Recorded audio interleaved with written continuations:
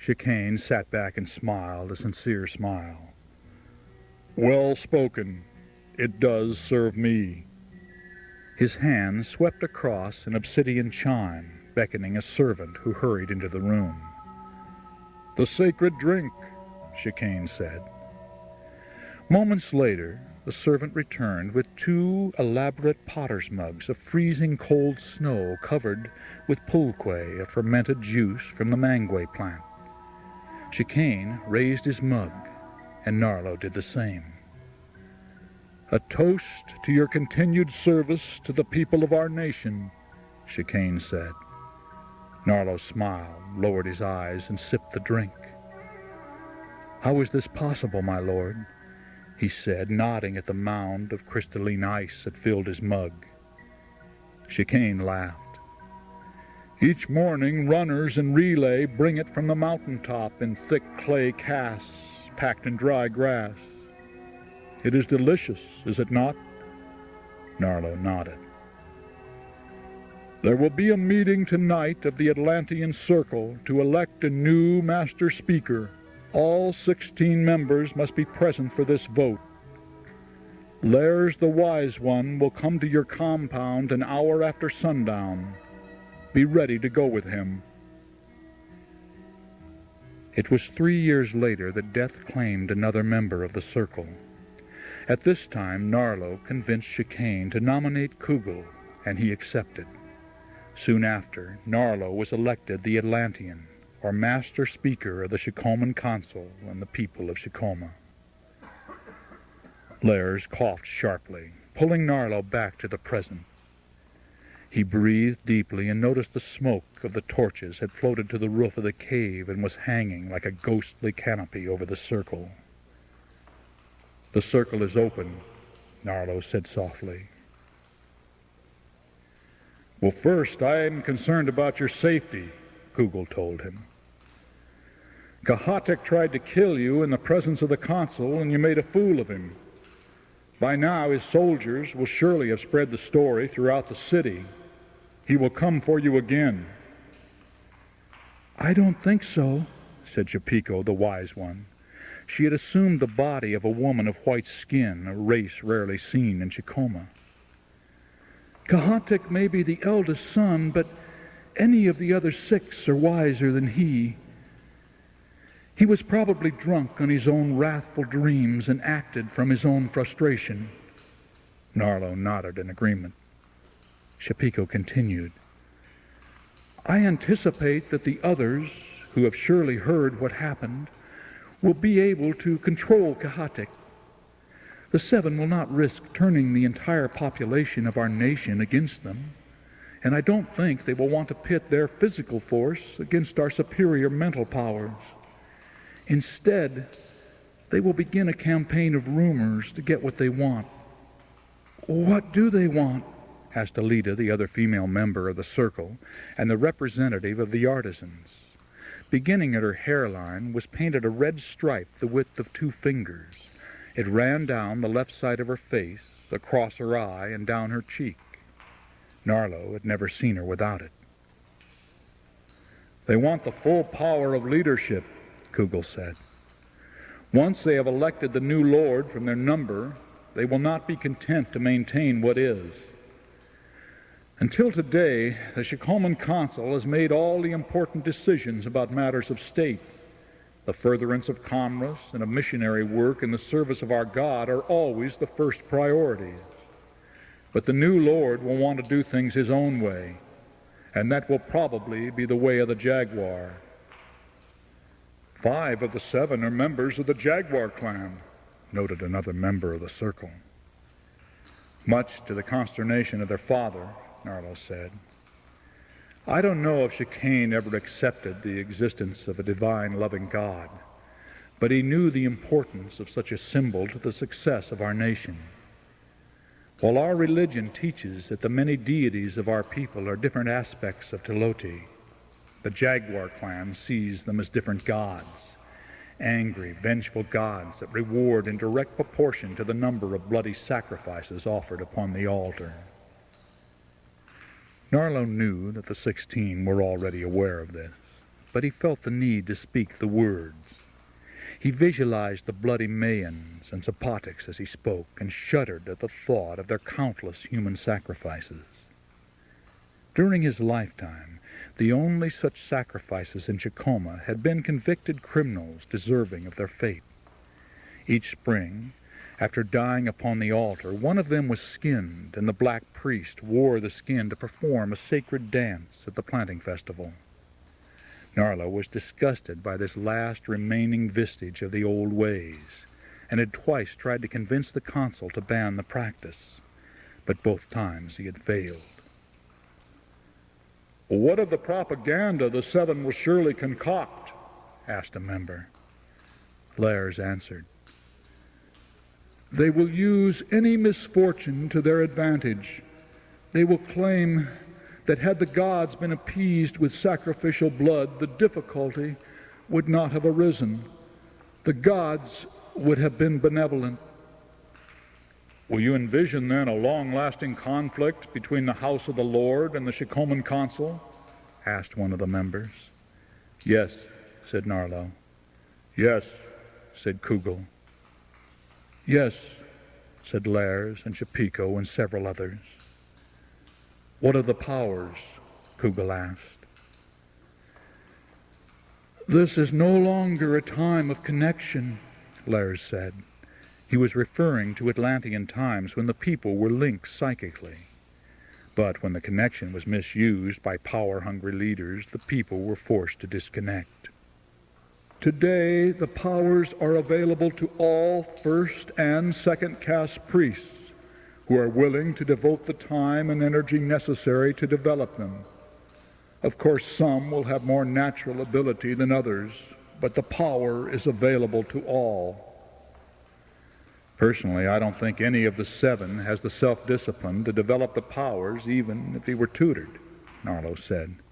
"But there is little doubt that they will attempt to draw to their side priests already proficient in the use of these powers. I am afraid that we can almost certainly anticipate negative mind projection." "Priests of the first magnitude power will never collaborate," Kugel insisted. The 16 nodded their heads in agreement. "As keeper of the crystal records, I fear for their safety and for the safety of the knowledge that they contain," said Lairs. "The knowledge can only be accessed by the 16 of us," someone pointed out. "If necessary, they can be hidden," suggested someone else. "I suppose so," Lairs replied sadly. He stepped into the center of the circle, seated himself in front of the pulsating panel, and placed his hands on the crystal rods, forcing one down several inches. The pulsing intensified. The light dimmed almost to darkness, and then burst forth with dazzling intensity. While the 15 in the outer circle held hands, the Wise One programmed the content of the meeting into the panel. When Lairs had finished the programming, Narlo asked, "Can you draw upon the crystals for knowledge of any similar circumstances that may have existed in Atlantean times?" "I will try," Lairs said. Once again, placing his hands on the panel, he closed his eyes and breathed deeply. Time passed, and the crystals hummed and pulsed from light to dark in the near silence of the cave. Lairs had taught all the members how to use their mental powers to draw memories out of the programmed crystals, but he was still the most talented time channel of the 16. When he began to speak, his voice was raspy and without emotion. "In Pisidian time of conflict between the sons of the Law of One and the sons of Belial, I see, I feel, and I sorrow.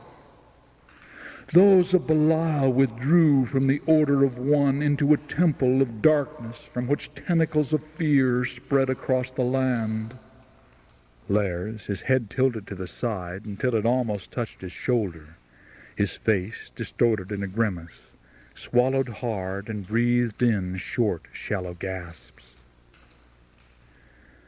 In an attempt to control their world, they misused the powers, channeling the sun's rays into the great crystals in the pit, which resonated with influences deep inside the earth. Thus were the destructive forces unleashed and the terrible earth changes of the breaking up of the land. This I see as in a mirror, and I tremble. Lairs was silent. Finally, Narlo spoke.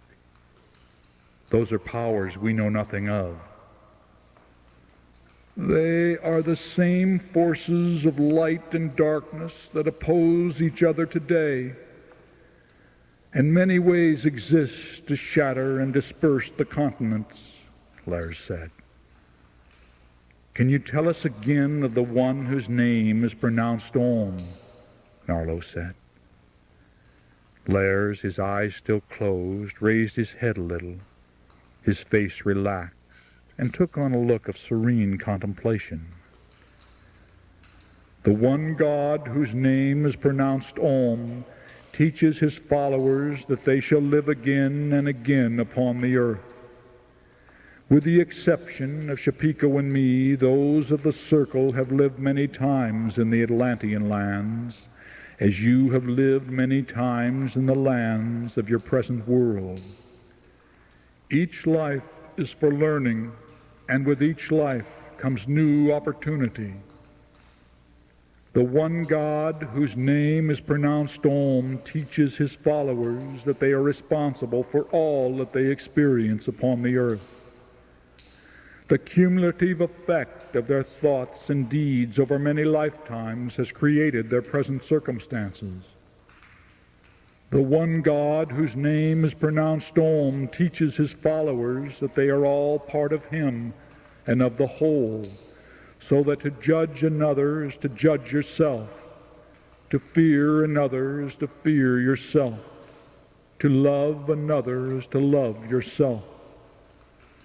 The one God whose name is pronounced Om, who was with you in Atlantis and in Mayan lands, is with you now in Shikoma as you meet your past and face the tests you have ordained.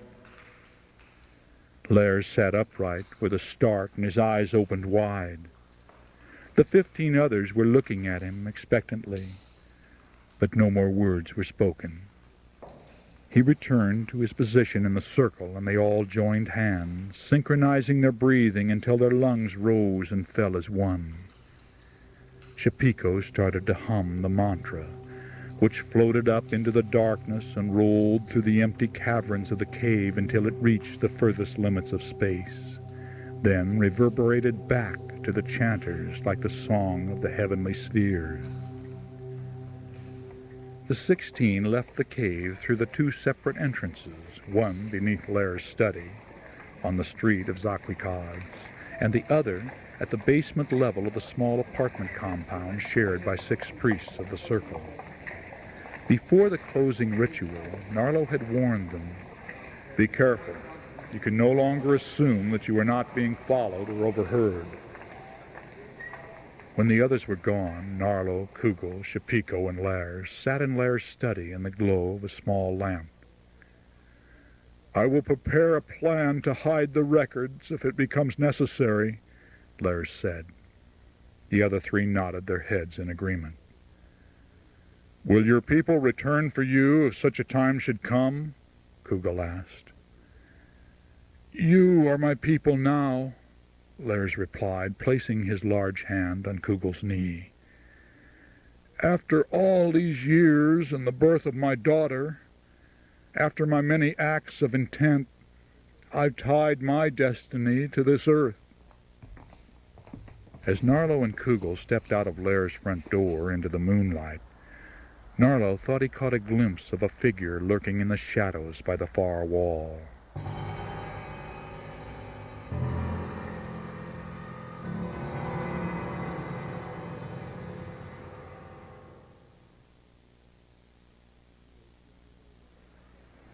They've journeyed overland for 20 days, after 11 days at sea and 5 days making their way through the jungle from Kamita to meet their ship. said Cabron the elder, as Narlo and Kugel listened intently. The three friends were eating lunch at a crowded outdoor restaurant in Market Square. Below them, Narlo saw the river barges unloading at the docks. An abundance of summer produce was arriving from the warm lands to the east, south, and west. Plums, guavas, and red and yellow papayas. He was glad that he would soon taste their fragrant sweetness once again. "Why must it be us?" Kugel asked. "Why don't you get some of our own nobles or one of the 7 to escort our guests on a tour of the city?" "Because this is too important. These 2 nobles will report directly to the Lord of Comita about what they have seen here. We must appear balanced and harmonious in our time of transition." Narlo thought about the Mayan city of Comita, far to the southeast in the dense jungles. He had never been there, but he'd listened to the stories of returning missionary priests. The Lord of Comita had been so impressed with Shikoman commercial prowess and the people with Shikoman religion that the jungle city had become, even architecturally, a smaller version of its powerful neighbor to the north. "What message does the special consul want us to convey?" Narlo asked. "Impress them with our latest cultural and economic achievements and send them home believing that the great heritage of Shikoma will continue as it has for hundreds of years." "I wish we believed it," Kugel replied. 22 days and still no word as to who will be the new lord," said Narlo. "Have you heard anything, Cabron?" "One of their servants reports to me. He claims that they fight among themselves and have agreed upon little but expanding the size of the army. That has already begun." Narlo and Kugel looked at each other and back at Cabron the elder. "The Shikoman consul and all the special consul committees and circles stand in the way of Jaguar religious expansion. I fear that once they decide upon a new lord, they may simply dispatch us all." Cabron the elder said quietly, "We can't stand up against an army." "But such a move would certainly turn all of our 200,000 inhabitants against them," Kugel responded, "as well as the millions who live in our outer cities." "I agree with Kugel," said Narlo. "They will look for other ways to gain power before resorting to open violence. My first concern is that some priests of the consul may ally themselves with the 7. Who could we expect to join them?" "Many, I'm afraid. Zadok and the 5 he lives with think like the Jaguar. Cocker's group, too, probably. Of the 9, only Zadok is proficient in the use of the powers," Kugel said. "And even he has not perfected them," Narlo assured them. "But he does have other knowledge I would not want to fall into the hands of the 7. "I will let you know of any new developments," said Cabron the elder, getting up to leave. "Tomorrow at dawn, the nobles of Comita will await you at the Palace of the Owl Butterfly. Please wear your best court attire."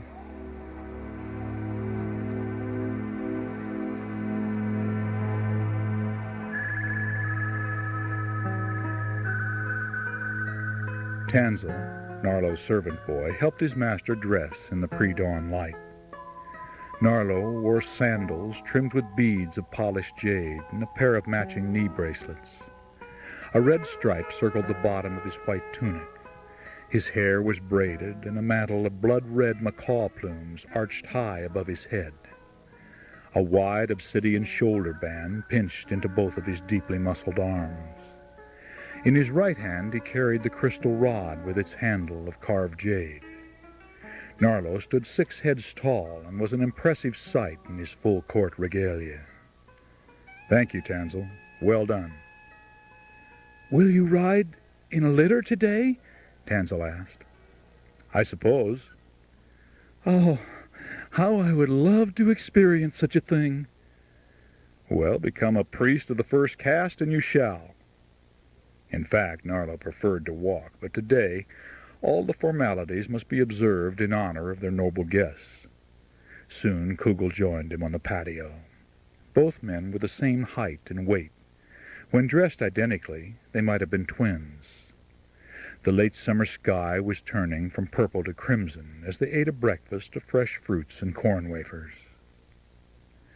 On a normal day, both men kept busy consuling second-caste priests and meeting with committees on matters of state as they affected religion.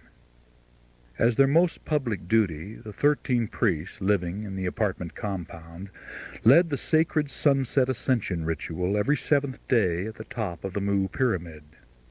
The ritual was conducted nightly by different groups of priests of the Shikoman Council. After finishing their breakfast, both men kneeled before the temple altar in the center of the patio. They whispered the prayer of protection and guidance and touched a finger to the earth and to the center of their foreheads. Then, standing, they bowed to the statue of Taloti and left the compound. The palace of the Owl Butterfly was a short distance away in Og Pyramid Plaza. Illuminated by the first rays of the sun, the nobles from Kamita stood surrounded by an entourage of 16 bearers and 8 spear-carrying soldiers. The 2 wore scarlet tunics and huge necklaces inlaid with shells and human teeth to form a plumed serpent. Their mantles of tall yellow and orange feathers fanned out behind them like a glorious sunrise. The soldiers wore ornate helmets and painted leather shoulder guards. Around their necks were wide collars of polished rock, cut into many small pieces and arranged to form an elaborate mosaic. Painted leather breastplates covered their chests, and the front of their loincloths reached almost to the ground. Standing at attention by the litters were the huge bearers who wore only red loincloths and shoulder braces. Their hair was woven into a high peak at the crown. After introductions and a few minutes of informal conversation, Narlo, Kugel, and the Kamita noblemen stepped into their litters and were hoisted on the shoulders of the bearers. As they moved quickly through the city at a half-trot, people stepped silently out of their path. The tour began with an overview of the canal system. Starting at the river, Narlo explained, we dredged a network of waterways that would extend throughout the city and also connect with Lake Tepec. Thus we can easily transport trade goods, supplies, and building materials wherever they're needed. River water is also diverted into the sewer system through a separate causeway. The sewers run beneath much of the city and exit downriver. A tour of irrigated agricultural projects followed. As the visiting dignitaries looked out over the luminous green fields, Narlo wished that more of the land could be cultivated in this way. In a time of drought, he knew, it would be difficult to feed the ever-growing population. Next, Narlo commandeered an empty barge to take the group to Lake Tepec, where Kugel explained how the floating gardens provided several food crops a year. They watched fishermen setting their nets, toured the local warehouses, and observed a training camp of Shikoman soldiers. Narlo was surprised at the number of men they saw being drilled and the overall level of activity. After returning to the city, they visited the largest of the 400 obsidian workshops. For the first time, the Kamita nobleman appeared impressed. It was obsidian products that were the chief source of Shikoman's great commercial strength, for the city's craftsmen had gained a virtual monopoly throughout the known world in the production of razors, knives, darts, and arrowheads. Locally mined obsidian was green, but appeared black until held to the light. Traders also supplied the workshops with gray obsidian, which they brought from mines many days' distance from Shikoma. We have over 200 workshops dedicated solely to producing our exquisite multicolored ceramics, Narlo said, wondering if he didn't sound like one of the merchants in Market Square. Later, the group visited the shops of artisans and watched as they created jewelry, carved masks, and religious figurines from jade, greenstone, and basalt inlaid with gems and shells. The commitants also expressed a desire to meet the temple astronomers and astrologers who maintained the calendar and were consulted on any decision affecting the city's destiny. This was followed by a visit to the medical building, where doctors worked with herbs, light, and vibrational sound. Finally, after a trip to the largest and finest palaces, the tour ended with a reception at the palace of Cabron the Elder, who had also invited his most trusted priests. A festive dinner was served, and Cabron spent much of the evening conversing with the visiting noblemen. Narlo felt relieved that his part of the visit was finished, and Kugel indicated that he, too, was glad the day was over. "Did you notice that we were followed?" Kugel asked. "Everywhere," Narlo replied. "Who authorized the new mural, the one of the soldiers in dress uniform on the street of Balamti?" Kugel asked. "If I'd known it was there, I'd have picked a different route. The Seven have obviously assumed control over the city's public art," Narlo said. The dinner began with cooked dog appetizers on little sticks, served with fermented pulque. Narlo called it the falling down drink. The main course consisted of deer and rabbit venison and corn cakes in sweet sap. For dessert, the group was served a selection of all the fresh fruits known to man. Narlo and Kugel walked home together along the Lord's Way, but each was alone in his thoughts about the events of the day and the increasing boldness of the Seven. Torchlights burned brightly on the corner of each block. From the ceremonial fire pit at the base of the Mu Pyramid, flames leaped into the black sky as they did every night of the year. But tonight something was different. Instead of 2 soldiers standing at attention on each side of the stairway, there were 6. "Why a dozen men?" Narlo wondered aloud. "Why indeed?" Kugel replied.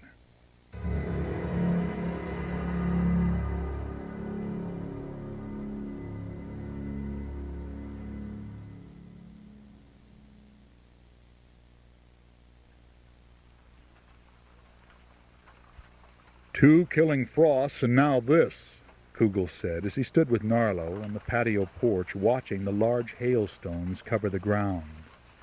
The pelting roar was so loud on the roof above their heads that he looked up as if expecting the timbers to collapse under the weight of the onslaught. "Will any crops remain for the harvest festival?" Narlo was slow to answer. "We've survived before, and we will again." The wind shifted, and some of the hailstones bounced over and landed at their feet. Kugel kicked them back into the open patio. "I've been summoned to the Palace of Government by the Seven," Narlo said. "When?" Kugel asked. "At noon." "Do you know why?" "No." "I'll go with you." "No. They must be given no reason to suspect that you or any of the others are members of the Circle," Narlo said. The hail finally stopped, but an icy rain continued to fall in wet sheets against the black sky. Although it was only early fall, Narlo had dressed in one of his winter robes and wore an outer garment of red-dyed mangue fibers, greased to keep out the rain. His sandaled feet were soon numb with cold as he sloshed along the deserted Lord's Way. "They've had 45 days to decide and still haven't chosen the new Lord," Narlo thought, hunching into the wind. On the wall of a temple compound, he noticed another new mural. This one showed soldiers in exalted poses grouped around a central figure wearing a jaguar head. To glamorize soldiers, he thought, is against everything chicane stood for. Market Square was deserted. Narlo quickly scaled the stairs of Palace Square and stopped for a moment at the summit platform. The courtyard was empty and the city quiet except for the drumming of the rain and a few barking dogs. He descended into the vast open area and walked briskly to the Palace of Government to the left of the Temple of Quetzalcoatl. 2 soldiers opened the heavy doors, and he stepped into the warm, smoky room. At the far end he saw the 7 sons of Sutphen in thick, hooded robes, seated around a large circular stone table. In the middle of the table was a pit filled with volcanic rocks that had been heated to a red glow and carried by runners from the lime fire pits. Standing at attention were 2 young scribes waiting to record the communications. Several wood-splinter torches lighted the area, and Narlo caught the look of hatred on Kahatik's face. "Come, Atlantean, join us," said Shawkwick, one of the younger sons. "You summoned me?" Narlo asked and bowed. "Sit there." Shawkwick motioned to a bench across from the 7. The warmth of the fire pit felt good to Narlo. He loosened the top ties of his coat. "It's time that you named the other members of the Atlantean Circle," Kahatik said threateningly, leaning across the table toward Narlo. "Kahatik," Shawkwick snapped, "we have agreed that I will conduct this inquiry." Kahatik leaned back, scowling, his forehead deeply furrowed, his eyes secretive black slits.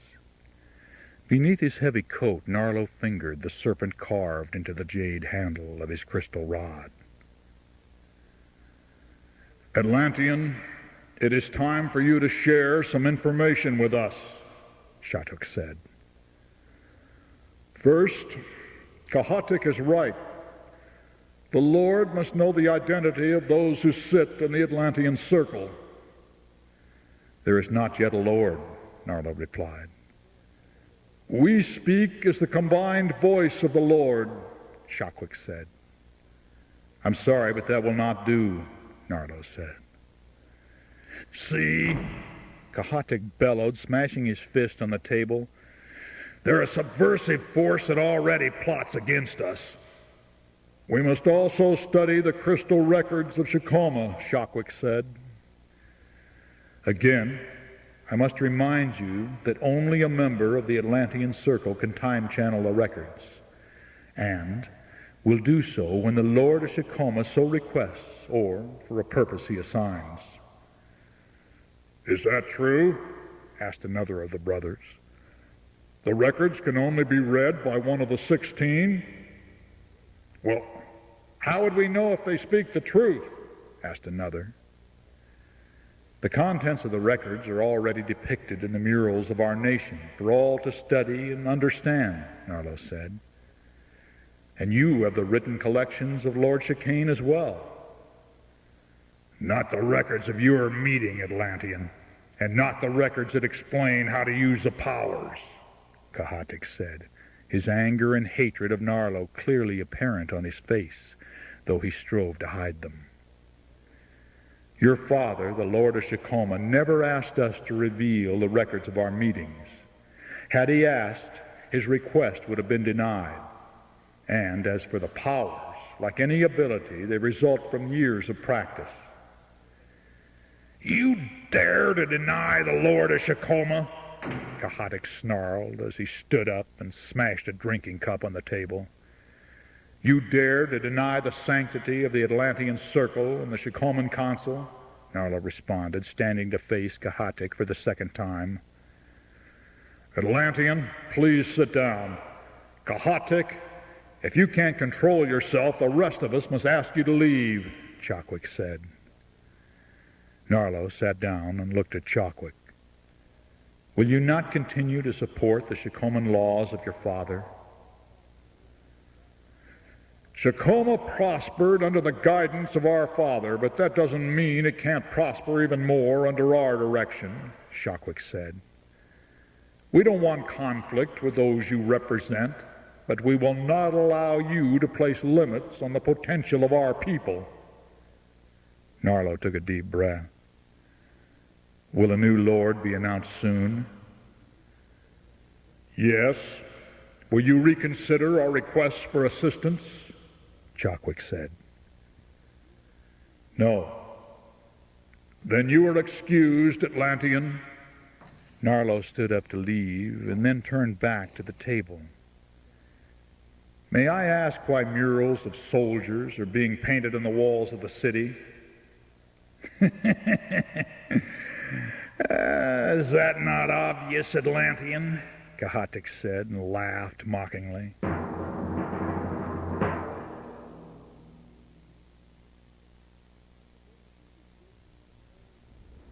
A soldier was waiting in the prayer temple of every apartment compound in the city, the young priest explained to Narlo and Kugel as they stood in Narlo's room. The young man was soaking wet, dressed in the green and white tunic of a novice priest, his head shaved on both sides, a broad tuft of hair running from his widow peak to his crown. Outside, the icy rain continued into the night, driving people to seek out the warmest corners of their apartments. Before the sunset prayers, the soldier read a proclamation signed by the Council of Seven, speaking as the Lord of Shikoma. It stated that the gods are angry and have unleashed the frost and crop-killing hail as punishment. It said that since the death of Shikane, the priests of the Shikoman Council have been lax in their attempts at appeasement. The people have the right to demand more of those who represent them to the gods. Was there anything more? Kugel asked. No. How did the people respond? Narlo asked. They seem to wonder whether it might be true. They know they're going to be hungry this winter, and they'd like someone to blame. Frosts and hail ruin the crops every 6 or 7 years. It's a natural cycle, Kugel said. People have short memories, Narlo replied. When the young priest was gone, Kugel asked, "Would you like me to time channel from the records as you fall asleep?" "That would be nice, my friend." "I can use the practice." Narlo wrapped himself in his heaviest robe and tried to make himself comfortable as he sat on his pallet laid out on the cold floor. Kugel sat on one of the 2 benches that faced each other across the room and cupped his hands around a large crystal. Then he closed his eyes and began to breathe deeply. Narlo watched the flickering flame of the table lamp reflected in the facets of the crystal, but closed his eyes when Kugel began to speak. "The energies of all that was and all that will ever be is. So listen to my voice and perceive another time and another place. Draw the past into the present. Perceive a time of peace and wisdom when the people visited the chambers of light and sound and emerged balanced and energized. Draw the images closer and closer until you are one with the energy and you can release and rest. The impressions, at first faint and fantasy-like, became more and more vivid until Narlo was walking in the green hills above a white Atlantean city. Wearing a golden toga and sandals, he made his way down out of the hills and into a beautiful outdoor garden filled with smiling, happy people. A woman played a harp. A white-haired man sat on the edge of a carved fountain, speaking to a large group of people who were relaxing in the grass at his feet. Narlo knew the man was talking about divine order and moved close enough to hear his words. All that is should be. There are no accidents.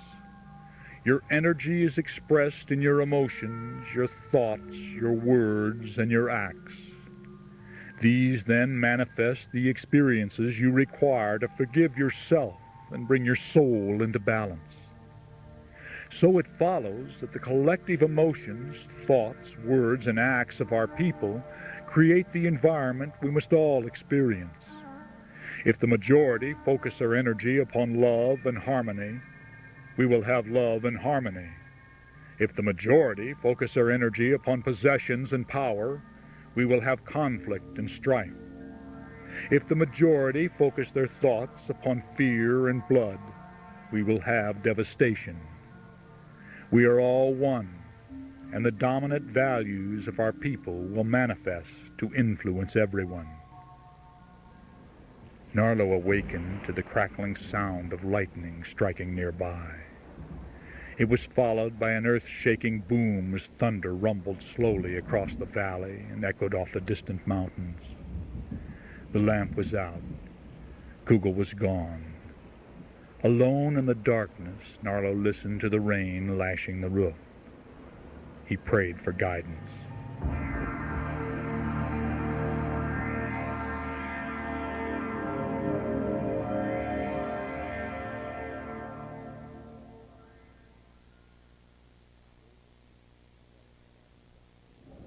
Golden leaves fell throughout the valley and blew across the streets of Shikoma, gathering in piles at the edges of the palaces, temples, and pyramids on the Lord's Way.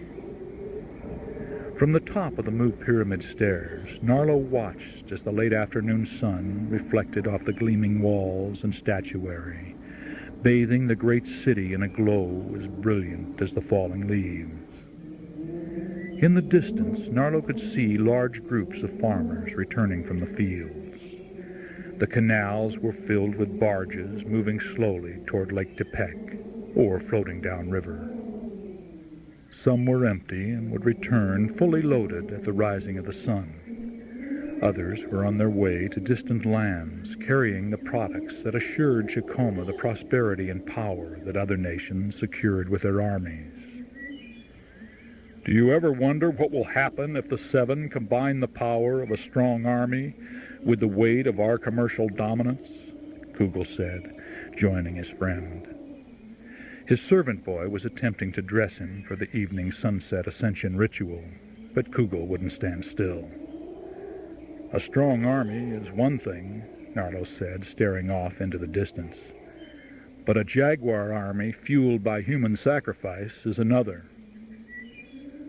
Our religion wouldn't allow such a thing. Kugel's servant boy spoke before realizing that he shouldn't have. He hurried away, ashamed. Cooperation is impossible, isn't it? Kugel said. Yes, we know it, and they know it. Do you expect them to take any action at the Harvest Festival next week? I'd love to run a scan line on one of the Seven, but I doubt that I'll get close enough.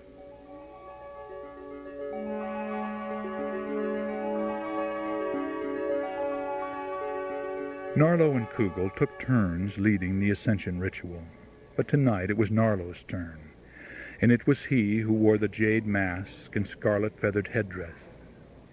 His robe was designed to resemble a sunset and was fashioned from intricately woven bird feathers beginning at his neck with the reds of cardinals and macaws, then shading into the yellow of toucans and the black of crows. As the sun's edge touched the far horizon, Narlo stepped in front of the flaming pit at the top of the stairs. From here he appeared as a figure in the fire to the thousands of people below on the Lord's Way, and to those who watched from a distance, from their apartment patios and from the surrounding streets and fields. Next, a procession of white-robed priests emerged on both sides of the pyramid and slowly descended the stairway. The last man stopped 20 steps below Narlo, another 20 steps further down, and so on until a priest was standing on every 20th step, and the rows had fanned out across the face of the pyramid. From these positions they would repeat the words of the ritual as Narlo spoke them, until the syllables became an echoing mantra that those lining the Lord's Way could hear. Most of the watchers knew the ritual by heart and joined in the solemn chant. Torchlights danced in the twilight. The trumpets sounded, sending forth the proper vibrations from the four corners of the pyramid. Muted drumming followed, blending with the soft sounds of whistles and clay flutes. The people in the streets closed their eyes and began to hum the Om, at first softly, then in harmonious waves that filled the city with the holy sound. Tired from the day's work, but inspired by their faith, they joined hands and swayed back and forth to the rhythm that reached deeply into their souls and flowed up through the 7 energy centers. In the divine name of the giver of all life, I open to the light. As Narlo raised both hands in the air and spoke the words, they were echoed by the priests and quickly reached the swaying people below. I offer my body, my mind, and my spirit to the light. Let thy divine will and mine be as one. Give us the strength to release our fears, to share the light and serve our people. Throughout the ritual, the people continued to chant the Om and sway as one. Then, as the ceremony drew to a close and Narlo spun the circle of fire that symbolized the all-encompassing Talote, those of the Lord's Way opened their eyes and began to chant. We seek the light of the giver of life. We seek the light of the giver of life. Silently, the priests moved back up the stairway as the light faded from crimson to blue-black, and stars blanketed the heavens. Just as quietly, the people let go of each other's hands and returned to their homes.